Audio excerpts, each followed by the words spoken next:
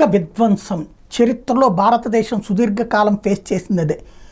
మొఘలుల నుండి బ్రిటిష్ వాళ్ళ దాకా ఈ దేశం మీదకి వచ్చినటువంటి ప్రతి ఒక్కళ్ళు కూడా ఈ దేశ సంస్కృతికి మూలమైనటువంటి హిందూ నాగరికత అంతం అన్నటువంటిది వాళ్ళ పంతం.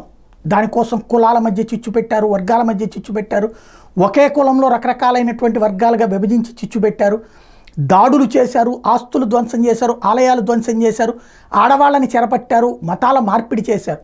అయినా సుదీర్ఘకాలం ఈ ధర్మం బ్రతికుందంటే కొంతమంది కష్టపడి నిలబెట్టే ప్రయత్నం చేయడమే. ఇప్పుడు ప్రస్తుతం జరుగుతున్నది మణిపూర్లో ఇట్లాంటి సాంస్కృతిక దాడి. నిశ్శబ్దంగా బర్మా నుండి వచ్చినటువంటి కుకీ వర్గాలు వచ్చి అక్కడ ఉన్నటువంటి హిందూ వ్యవస్థను ధ్వంసం చేసి మత మార్పిడులతో కూడినటువంటి ఒక కొత్త ప్రయత్నం చేస్తుంటే తిరగబడ్డ గిరిజనులు, మతం మారినటువంటి గిరిజనుల మధ్య ఒక సంఘర్షణ, అలాగే అదే తెగలలో ఉన్నటువంటి 2-3 వర్గాల మధ్య సంఘర్షణ నడుస్తూ వస్తున్నాయి. అంటే ఒకే మణిపూర్లో ఉన్నటువంటి 2-3 గిరిజన తెగల మధ్యన సంఘర్షణ నడుస్తూ వస్తుంది. ఇది ఆ మధ్యకాలంలో మన షర్మిలక్క చెప్పేదో లేకపోతే ఇంకొక కాంగ్రెస్ పార్టీని ప్రస్తావించేది.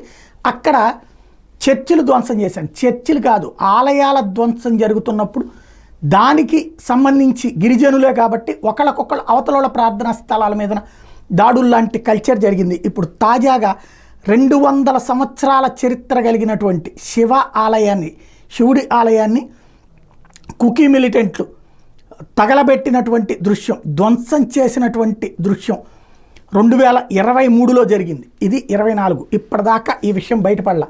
ఎందుకంటే అక్కడికి పోనీయలేదు ఎవరిని కూడా, సైన్యాన్ని కానీ అందరినీ యువతలే ఆపినటువంటి నేపథ్యంలో.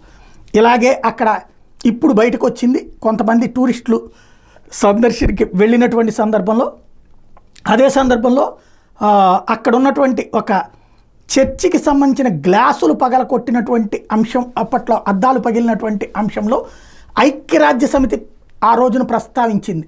అట్లాంటి సంఘటనలు జరుగుతున్నాయి. మరి ఇక్కడ ఏకంగా 200 ఏళ్ల చరిత్ర కలిగిన ఆలయమే ధ్వంసం అయితే మాట్లాడిన వాడు లేడు, అడిగేవాడు లేడు. అదే స్పెషల్ ఇక్కడ.